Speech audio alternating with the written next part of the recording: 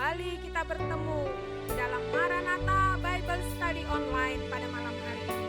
Mari Bapak Ibu yang luar biasa, siapkan hati kita untuk sama-sama kita mendengarkan pengajaran malam hari ini. Mari sebelumnya katakan pujian ini kepada Tuhan.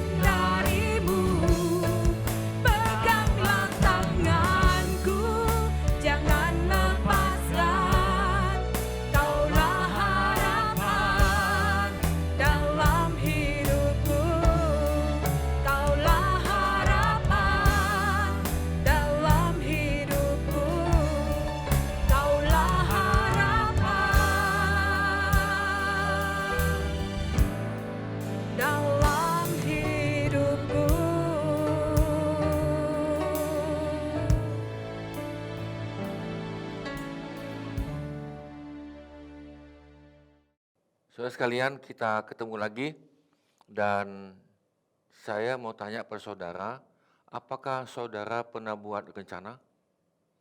Apakah engkau sudah buat rencana dan terus berhasil, atau berhasil pernah gagal, berhasil dan berhasil pernah gagal, atau banyak gagal atau gagal semua? Nah, hari ini kita akan bicara tentang rencana Tuhan. Kita doa, Tuhan, kami pada hari ini akan bicara tentang rencana Tuhan pada dunia ini kepada kami, dan kami tahu bahwa rencana Tuhan pada kami maupun pada dunia itu tidak pernah gagal. Walaupun disabot, walaupun diusahakan untuk gagal oleh si iblis atau kuasa kegelapan, dan kami tahu bahwa rencana Tuhan tidak pernah gagal. Terima kasih Tuhan. Dan kami mau melihat bagaimana rencana global Tuhan yang disabot oleh kuasa kegelapan. Tetapi dia tidak pernah menang. Terima kasih Tuhan. Firman-Nya pada kami saat ini, dan biarlah kami buka hati kami, Roh Kudus, hidupkan firman Tuhan, jaga semua peralatan, dan Tuhan menjadi penjaga kami. Di dalam nama Tuhan Yesus kami mohonkan. Amin. Nah, saudara sekalian, hari ini kita dengan judul Rencana Tuhan Bisa Gagal? Bisa? Ya kan? Apakah rencana Tuhan bisa gagal? Sebelumnya saya akan bisa dulu, sebetulnya Tuhan itu mempunyai rencana yang indah. Ini bumi, di luar bumi ini begitu banyak, ada triliunan planet-planet. Jumlahnya kalau saudara pengen hitung, bisa hitung. Kalau engkau bisa menghitung pasir di pantai. Kalau saudara bisa menghitung pasir di pantai, nah itulah jumlah bintang di langit. Nah saudara, Tuhan membuat bintang begitu jumlahnya triliunan, bahkan ada perjalanan dari sini ke mana itu planet Mars atau apa, itu dalam perjalanan pakai kapal terbang yang cepat, itu bisa mencapai ke sana 20 tahun, baru bisa capai. Jadi saudara begitu jauh, nah belum lagi ke sini, belum lagi begitu luas. Nah saudara, Tuhan itu punya rencana. Nah bintang-bintang ini apakah dia akan tabrakan satu yang lain? Oh tidak. Karena kalau kita baca dalam Ibrani, Tuhan berfirman, maka itu ditompang oleh firman. Jadi saudara sekalian, kita di bumi ini pun Tuhan mempunyai rencana. Kita ini manusia, Tuhan mempunyai rencana. Saya akan bacakan di dalam Yeremia 29 ayat 11.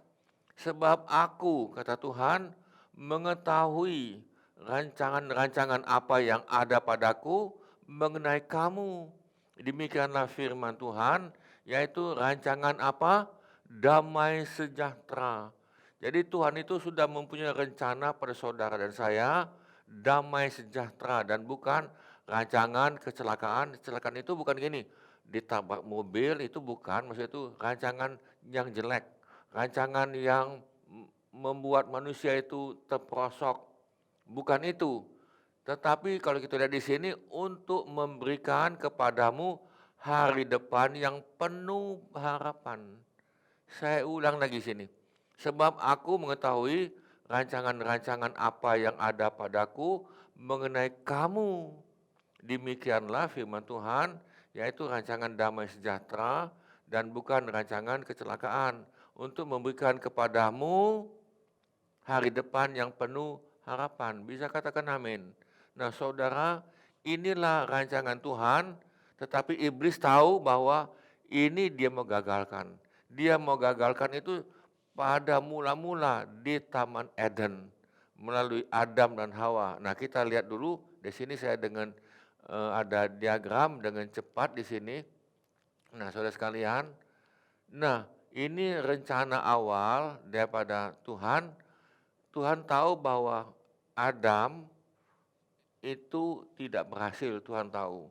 Tetapi kalau kita lihat lagi dalam Efesus pasal 1, Tuhan sudah mempunyai rencana, buat rancangan bahwa semua manusia yang ada di bumi ini itu diselamatkan. Semuanya itu angan-angan Tuhan. Jadi itu rencana Tuhan adalah semua manusia di bumi ini diselamatkan dan hidupnya benar dan kudus diselamatkan melalui Yesus Tuhan. Nah jadi saudara, Tuhan sudah buat rencana begitu indah. Nah kita kebanyakan tidak tahu dan tidak mengetahuinya. Nah untuk kita mengetahui rencana Tuhan yang indah dan dari awal sampai ke akhir, saudara dalam Alkitab. Jadi Alkitab ini sudah memberikan petunjuk, tetapi tentunya sepenggal-sepenggal kayak puzzle itu kan. Jadi ada sepotong gambar kecil gini, ada sepotong lagi di sini. Jadi saudara mesti teliti, dan memang kita mau mencari kebenaran, maka itu akan engkau temukan. Siapa yang mau mencari kebenaran akan engkau menemukan. Tapi kalau kita setengah-setengah, tidak ketemu itu. Jadi saudara, itulah perlunya saudara ada yang membimbing di dalam gereja untuk memberikan engkau arahan. Jangan asal comot sini, comot situ, dan engkau akan bingung. Nah, kita lihat di sini Adam ya. Adam, seperti minggu yang lalu, kita sudah lihat minggu yang lalu, bahwa Adam ini sudah dikena kecoh, ditipu oleh si iblis. Nah, saudara, ini saya potong dengan lagi itu langsung kepada Nuh, ya kan? Tetapi Tuhan tetap mempunyai rencana untuk penyelamatan. Tuhan menyelamatkan Nuh. Jadi saudara, Tuhan buat ini, lalu Tuhan buat lagi. Dan ini saya potong ini, jadi saudara jangan pikir kok lompatnya terlalu jauh. Nah, memang Adam dengan Abraham, apalagi dengan Musa, itu jaraknya 1000 tahun. Nah, Abraham mempunyai anak namanya Ishak, lalu Ishak mempunyai anak namanya Yakub, dan Yakub diganti oleh Tuhan namanya Israel. Lalu dari bangsa inilah, maka itu lahirlah Musa. Nah, Musa adalah bangsa Israel yang diangkat anak oleh kerajaan Firaun. Nah, Musa inilah yang menulis tentang Adam. Kalau engkau lihat dalam kitab Kejadian, kok dialog Adam dengan Hawa, dialog Tuhan dengan Adam, ya, dialog dengan iblis, kok begitu indah, begitu terperinci. Nah, siapa yang nulis ini? Ya, yang nulis ini adalah Musa. Musa dengan Adam itu jaraknya 1000 tahun. Karena Abraham tidak bisa menulis, Ishak juga sama, tetapi saudara bisa lihat itu Musa. Jadi saudara, Tuhan memakai Musa dan Tuhan berikan suatu inspirasi, satu ilham daripada Roh Kudus, ya kan. Lalu dia menulis tentang keadaan Adam, Nuh dan semuanya tadi. Nah, saya masuk di sini lagi. Dari Musa, saya potong lagi dengan cepat, maka timbullah Raja Saul. Dari Raja Saul timbullah anaknya Daud, ya kan? Ya betul Daud, ya Daud terus ke Salomo kan, Salomo di sini. Nah, jadi saudara di sini kita lihat Salomo dan Tuhan, kalau engkau lihat lagi dalam firman Tuhan, Tuhan memakai Daud. Daud ini terus keturunan Daud tidak habis-habis. Nah, saudara di sini saya sampai dengan Salomo, tapi saya potong dulu di sini. Nah, saya ambil di sini Salomo. Nah, Salomo itu saudara, itu setelah dia meninggal, ternyata ada 2 kerajaan, ya kan, terjadi ada 2 pepecahan, satu dipimpin oleh Yerobeam bin Nebat. Nanti kita akan lihat siapakah Yerobeam bin Nebat ini, nanti kita lihat, tapi kita lihat diagram ini dulu. Dari Yerobeam bin Nebat ini timbullah Nadab, timbullah Baesa, timbullah Ela, timbullah Zimri, Tibni, Omri, Ahab. Saudara, kalau engkau bisa lihat di sini, semua raja-raja ini semuanya jahat. Dan kebetulan saudara, seperti macam Nadab, yang lain Ela, Zimri, Omri, itu bukan anak cucunya Yerobeam bin Nebat, bukan. Ini mereka menjadi raja dengan pepecahan. Jadi mereka itu menjadi raja dengan pembunuhan. Jadi seperti yang dilakukan oleh Yerobeam bin Nebat, dia menjadi raja, lalu dia membawa 10 suku Israel, lalu dia membuat suatu kerajaan sendiri. Nanti kita akan lihat. Nah, ini saya lihat dulu raja-raja dulu, Yoram, Yehu, sudah bisa lihat ini semuanya menentang Tuhan yang disembah oleh Abraham, Ishak dan Yakub, dan mereka melakukan yang jahat. Yerobeam kedua, Sakaria, Salom, Menahem, Pekaya, Peka, Hosea. Nah, waktu sampai Raja Hosea, saudara, kerajaan ini berakhir pada tahun 722 sebelum Masehi. Nah, inilah yang dikatakan kerajaan utara Israel, 10 suku.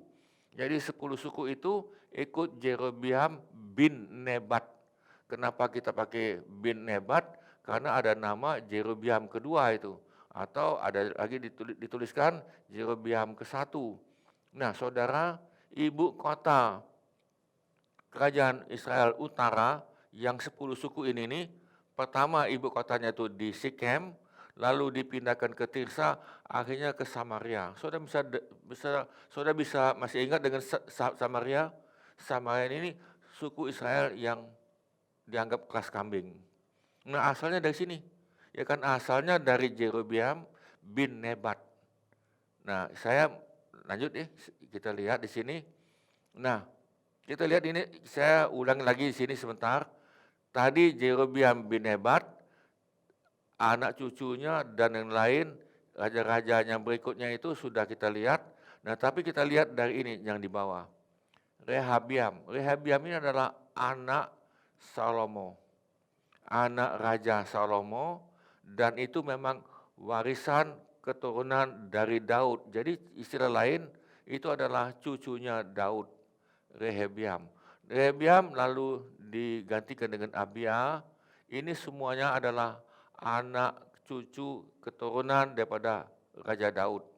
Asa, Yosafat, Yoram, Ahasia, Atalia. Nah, nanti kita lihat Atalia ini nih. Saudara bisa lihat dulu di sini Atalia.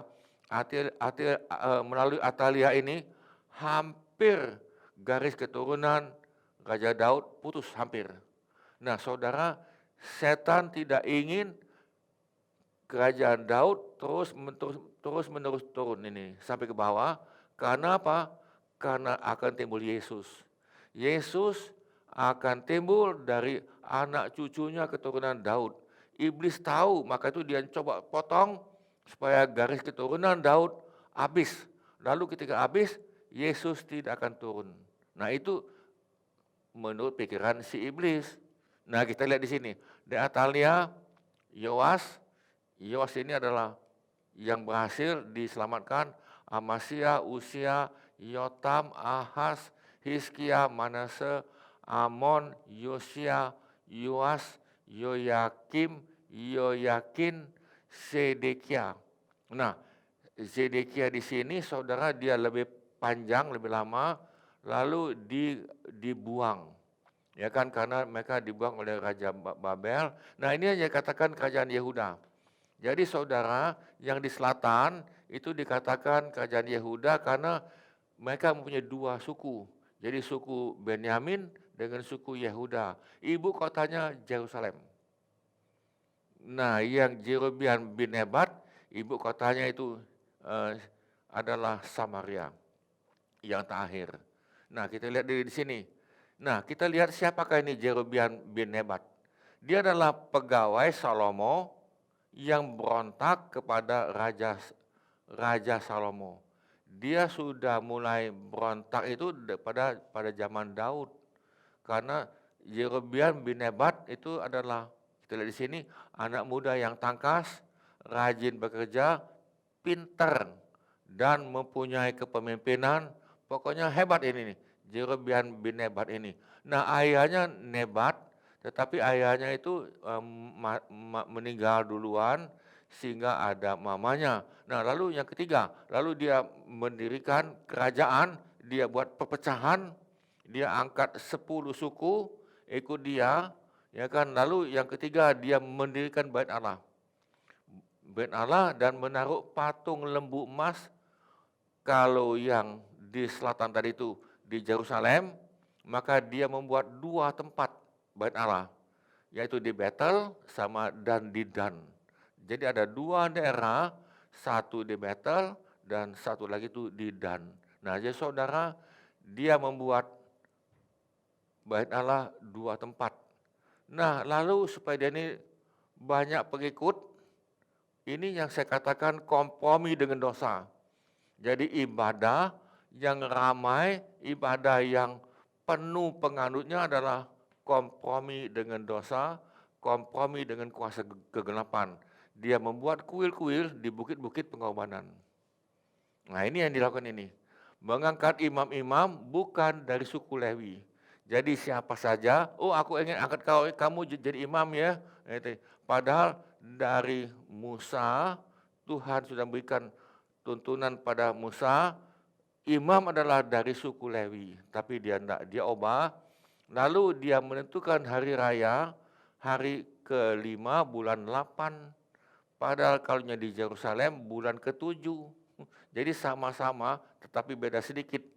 Nah, lalu yang ketujuh kalau kita lihat, raja-raja setelah Jerobeam bin Nebat, hampir semuanya melakukan yang jahat. Ya kan, semuanya tidak mau menyembah Tuhan yang disembah oleh Abraham dan Ishak. Dan mereka melakukan yang aneh-aneh. Nah, saudara bisa lihat dalam sejarah. Nah, sejarah ini kenapa saya ungkapkan dengan singkat? Karena sejarah ini akan berulang. Saudara hati-hati, sejarah ini bisa terulang. Itulah sebabnya kenapa raja-raja ini ada disebutkan di dalam Alkitab. Lalu pekerjaan yang dilakukan oleh raja-raja ini dijadikan firman Tuhan. Nah, kenapa dijadikan firman Tuhan? Karena itu ada hubungan kita pada hari ini dan yang ke depan dan yang sudah-sudah. Ya saudara, sejarah bisa terulang. Hati-hati di sini nih. Dan kita perlu melihat yang di atas, walaupun itu bukan nenek moyang kita, bukan. Raja yang berhasil, yang berkuasa, itu dari pemberontakan dan pembunuhan. Jadi raja ini berhasil karena pembunuhan, karena pemberontakan yang lain. Saudara, inilah yang sedang terjadi. Ini yang tidak enak adalah Jerobeam bin Nebat dan semua raja-raja di bawah tadi itu kompromi menyembah dewa-dewa. Saya tulis di sini, dewa Asitoret, Baal, Milkom, Molok, Kamos. Pokoknya lengkap bait Allah ada, ya kan ini ada Tuhan Israel, ditambah lagi dengan dewa Molok, ditambah lagi dengan Milkom, dengan Kamos, semuanya ditambah-tambah supaya lebih kuat, menurut dia lebih kuat, ini kan. Padahal ini adalah kompromi. Ya kan, kompromi yang tidak heran tempat-tempat ibadah mereka luar biasa hebat dan mewah dan megah. Tetapi tidak didengar oleh Tuhan. Nah, saudara sekalian, di dalam 2 Samuel 7, Tuhan melalui Samuel mengatakan gini pada Daud, keluarga dan kerajaanmu akan kokoh apa? Selama-lamanya di hadapanku. Tahtamu akan kokoh untuk apa? Selama-lamanya. Ya saudara, Samuel sudah mendapatkan dari Tuhan, dan dia ngomong kepada Daud, Daud, keluargamu, kerajaanmu akan kokoh kuat selama-lamanya di hadapanku. Tahtamu akan kokoh untuk selama-lamanya. Inilah rencana Tuhan, amin. Dan rencana Tuhan ini mau digagalkan oleh si iblis. Karena iblis tahu bahwa Tuhan juga mempunyai rencana melalui kerajaan ini akan timbul Mesias, yaitu Yesus, dari suku Yehuda. Nah, saudara bisa lihat lagi yang lain dalam Yeremia 33:17. Saya coba ngambil satu ayat ini. Jadi sekali lagi, Tuhan mempunyai rencana bahwa kerajaan Daud selama-lamanya. Bisa katakan amin. Nah, saudara, pada hari ini tetap berlaku ini nih. Ya kan, tetap berlaku pada hari ini. Nanti akan kita lihat, bukan hari ini tetapi ke depan kita akan lihat rencana Tuhan tidak pernah gagal. Walaupun mau digagalkan oleh si iblis, iblis memakai manusia untuk digagalkan rencana Tuhan. Tapi ingat saudara, biarlah kita sebagai manusia anak Tuhan, kita ikuti rencana Tuhan. Bisa katakan amin. Jangan ikuti rencana iblis. Nanti saudara bersama-sama dengan dia di neraka. Jangan itu. Biar kita bersama-sama dengan Tuhan selama-lamanya. Nah, garis keturunan Daud nyaris putus. Nyaris. Nah, jadi iblis itu berusaha supaya garis keturunan Daud putus. Dia usahakan ini. Kita akan lihat. Ini kapan ini nih? Waktu Ratu Atalia naik karena suaminya meninggal, ya kan? Lalu Ratu Atalia membunuh semua keturunan Raja Daud, semua. Jadi pada waktu itu dia tangkapi semua, dia cari dari rumah ke rumah untuk membunuh keturunan Daud. Nah, yang kedua, ya kan, Atalia ini sebetulnya menikah dengan Ahasia. Ahasia itu anaknya Ahab itu, Raja Ahab yang jahat itu. Ketika Raja Ahab meninggal, maka ibunya Raja Ahasia bangkit membunuh keturunan Raja Daud.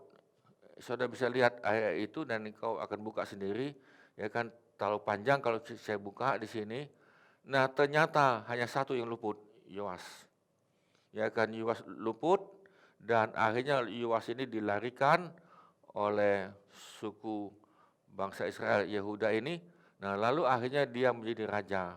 Nah, dari Yoas ini sudah terus sampai dipotong ke 10 9 5 terjadilah pembuangan di Babel.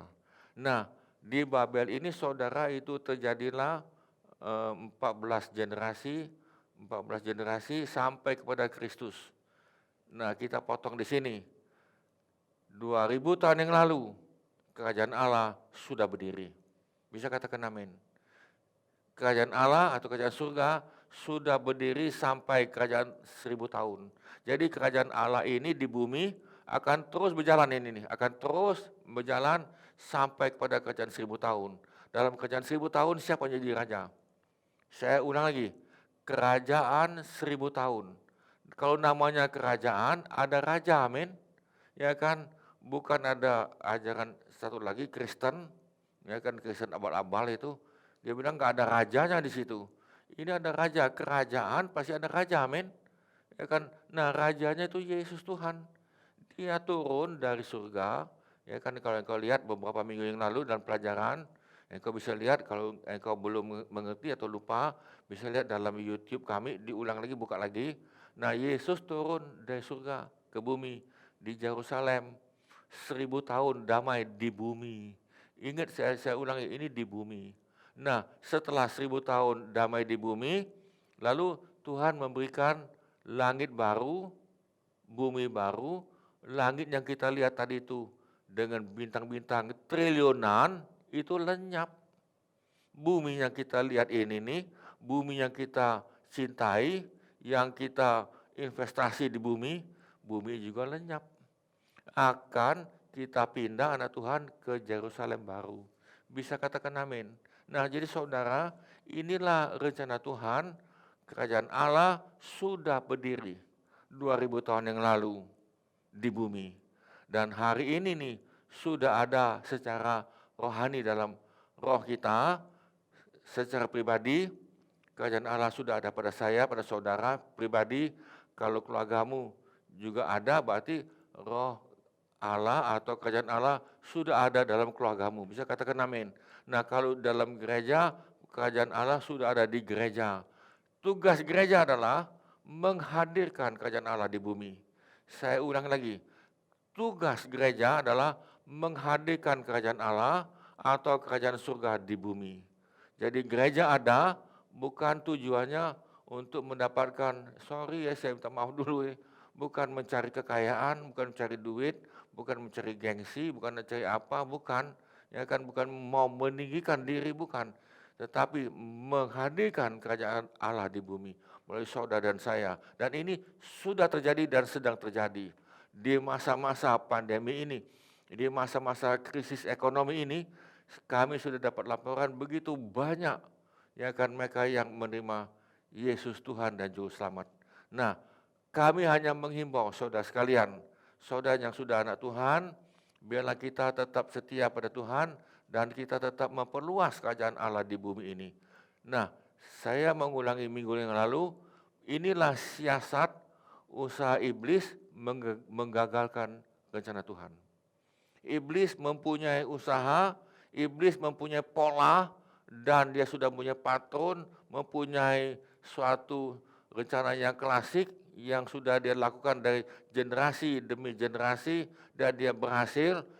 Tentunya banyak yang gagal ini kan, dan banyak yang menjadi anak Tuhan. Kenapa? Di antaranya adalah keraguan. Jadi saudara, jangan ragu dengan firman Tuhan, bisa katakan amin. Jangan ragu lagi akan kebaikan Tuhan. Tuhan itu baik luar biasa, walaupun engkau mengalami yang tidak baik, mungkin ya masalahnya berat, tapi Tuhan mempunyai rencana yang indah, mempunyai damai sejahtera. Tuhan mempunyai rencana damai sejahtera pada saudara dan saya. Jangan ragu hal ini nih. Lalu kita yang terlibat di dalam memperluas kerajaan Allah atau di bumi, atau engkau anak Tuhan, jangan meninggikan diri, jangan. Ya kan, biarlah Yesus Tuhan yang ditinggikan. Kita semakin rendah, kita semakin ke bawah, Yesus Tuhan yang semakin ditinggikan. Bisa amin. Dalam perbuatan kita semuanya. Kalau Yesus Tuhan ditinggikan saudara, dan engkau tidak mau meninggikan dirimu, saudara tidak mudah kecewa, engkau tidak mudah merasa kepahitan, engkau tidak mudah mengundurkan diri. Tidak begitu mudah. Karena apa? Kita fokus bahwa kerajaan Allah berdiri dan saudara akan diberikan mahkota. Barang siapa menang, barang siapa menang, berkali-kali barang siapa menang. Biar kita mau menang. Yang ketiga, saudara membuat rencana Tuhan gagal dalam pribadimu, secara pribadi dalam gereja sekalipun, dia membuat putus asa. Engkau sudah usaha ini gagal, engkau usaha ini gagal, usaha ini gagal. Kenapa? Memang sudah nasib kamu, sudah takdir kamu sudah kalah, ya kan, kamu bukan pemenang. Saudara, ini suatu siasat yang memang dibuat oleh setan dari generasi demi generasi. Saudara, ikut janji Tuhan, engkau lihat janji Tuhan, lihat janji Tuhan. Yang keempat, pengalihan, menyalahkan orang lain, dialihkan saudara ini. Nah, kekalahan demi kekalahan, penundaan bukan diselesaikan, ditunda-tunda. Lalu diadakan lagi imitasi, ya kan, ajaran sesat. Ajaran sesat itu adalah di antara kamu dalam gereja. Ya kan, yang sini ngomong ini, yang itu ngomong ini. Saudara, dia punya ide. Padahal dia tidak tahu bahwa ide itu ditembak oleh setan. Dia tidak tahu.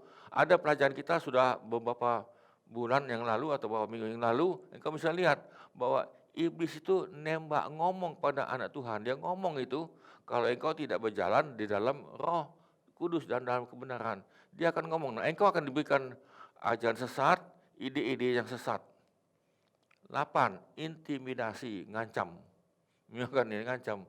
Ya kan, kamu ikut aku, kalau mau ikut aku, udah. Ya macam-macam, mengancam, mengadakan penekanan, sepertinya dia yang hebat. Nah saudara, yang paling jitu lagi, diantara ini semuanya jitu semua ini, kekhawatiran. Kekhawatiran mengakibatkan membunuh firman. Jadi dari 1 sampai ke 9, tujuannya cuma satu, membunuh firman. Ya kan, engkau dibuat ragu kan firman, dan engkau buat ragu kepada Yesus, karena firman itu adalah Tuhan Yesus. Ini saudara, usaha iblis untuk menggagalkan rencana Tuhan dalam hidupmu pribadi. Maka itu saudara sekalian, kita jangan mau dijebak oleh iblis. Bisa katakan amin. Itulah saudara perlu engkau berdoa, tingkatkan doamu. Bisa katakan amin. Pada zaman-zaman pandemi ini, tingkatkan doamu. Ketika engkau tingkatkan doamu, ada kuasa yang mengalir, saudara. Ada kuasa yang mengalir dan engkau bisa melihat, merasakan ada suatu kuasa. Engkau baca Alkitab, saudara tahu, ketika saudara baca Alkitab, tekanan emosimu turun. Ya kan, perbuatan-perbuatanmu yang tidak baik itu semuanya turun. Saya tidak sebutkan di dalam survei itu, ya kan, semuanya turun. Nah, ini kesempatan bagi saudara dan saya untuk baca Alkitab dan untuk merenungkan firman Tuhan, lalu bagikan firman Tuhan itu melalui HP-mu, melalui internet dan lain-lain, dan saudara bagikan semua ini. Dan saat ini penginjilan tidak dibatasi oleh tembok, sudah melalui digital ini semua. Saudara, ingat baik-baik, biar kita jangan gagal mengikuti Tuhan dan kita bahkan menggagalkan rencana iblis. Kita doa, Tuhan, biar kami melakukan rencana Tuhan dalam hidup kami secara pribadi dan secara keluarga, rumah tangga demi rumah tangga. Biar kami dapat melakukan rencana-Mu. Dan kami di dalam komunitas kami, biar kami dapat melakukan rencana Tuhan dalam hidup kelompok kami ini nih. Dan kami tahu bahwa kerajaan Allah sudah berdiri 2000 tahun yang lalu, dan sampai hari ini nih kerajaan Allah terus mendobrak kuasa-kuasa kegelapan, mendobrak kerajaan-kerajaan si iblis ini. Dan biarlah kami terus memenangkan banyak jiwa untuk Tuhan, dan kami tahu bahwa kerajaan ini dipegang oleh keturunan Daud dan dari suku Yehuda. Dan saat ini Yesus Tuhan sebagai Raja kami, Yesus adalah keturunan Daud dari suku Yehuda. Kami terima kasih Tuhan Yesus, dan biarlah Yesus Engkau menjadi Raja kami saat ini dan sampai selama-lamanya. Dan Yesus sebagai penguasa tunggal dalam hidup kami pribadi, maupun keluarga kami, maupun dalam komunitas kami. Dan biarlah Yesus menguasai hidup kami dalam kerajaan 1000 tahun dan sampai kepada Yerusalem yang baru. Terima kasih Tuhan, terima kasih. Saudara sekalian, pada saat ini di atas saudara yang ikuti tayangan kami di sini yang merasa beban berat, letih, lesu, dan engkau mungkin putus asa, dan engkau mungkin mengalami kesakitan, mungkin engkau mengalami tekanan, mungkin saudara mengalami yang tidak baik. Apa kata Yesus? Marilah datang kepadaku, hai kamu yang berbeban berat dan lelah. Aku akan memberikan kelegaan pada kamu. Saudara, kita mau datang kepada Raja yang menguasai bumi ini, langit, dan sampai ke depan kekal selama-lamanya, yaitu Yesus Tuhan. Saudara yang punya letih lesu beban berat dan yang mengalami penderitaan, mungkin sakit, mungkin tekanan atau apapun, saudara, angkatlah tanganmu ke atas. Kita angkat tangan kita ke atas. Tuhan, kami yang mengangkat tangan kami ke atas, kami berdoa melalui internet ini Tuhan, melalui siaran digital ini. Mengalirlah suatu kekuatan melalui tangan kami yang kami naikkan ke atas. Mengalirlah suatu kekuatan, suatu pengharapan, dan suatu kelegaan, suatu damai sejahtera pada kami, suatu kesembuhan bagi kami, suatu jalan keluar dalam masalah kami.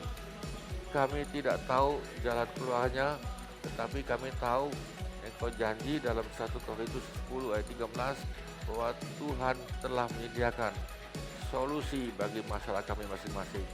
Karena Tuhan yang kami sembah adalah Tuhan yang Maha Kuasa. Tuhan yang Maha Kuasa, yang berkuasa hari ini di kami dan di langit yang baru dan bumi yang baru nanti kekal selama-lamanya. Berikan kami kelegaan, berikan kami kesembuhan. Tuhan, berikan kami, biarlah kami saat ini menerima kesembuhan, dan kami menerima kelepasan, dan kami menerima damai sejahtera. Mengalirlah damai sejahtera pada saudara, mengalirlah kesembuhan. Kami katakan kesembuhan, kami katakan kelegaan, kami katakan damai sejahtera, kami lepaskan shalom, damai sejahtera pada saudara semua. Terima kasih Tuhan, Yesus Tuhan yang dipermuliakan dalam hidup kami. Semakin lama dia semakin tinggi, dan biarlah kami semakin lama semakin rendah, dan kami membawa kemuliaan Tuhan. Di dalam nama Tuhan Yesus hamba-Mu berdoa. Saudara yang percaya katakan amin. Amin saudara sekalian. Dan kami percaya bahwa saudara sudah diberkati, bisa katakan amin. Nah, coba senyum dengan saya dulu sebelum kita tutup. Coba senyum kiri dan kanan seperti saya ini, saya senyum ke sini, senyum ke kanan sana, itu tidak apa-apa, kan kita senyum dulu satu yang lain, dan kita jumpa lagi pada Minggu dan pada Selasa. Tuhan memberkati. Amin.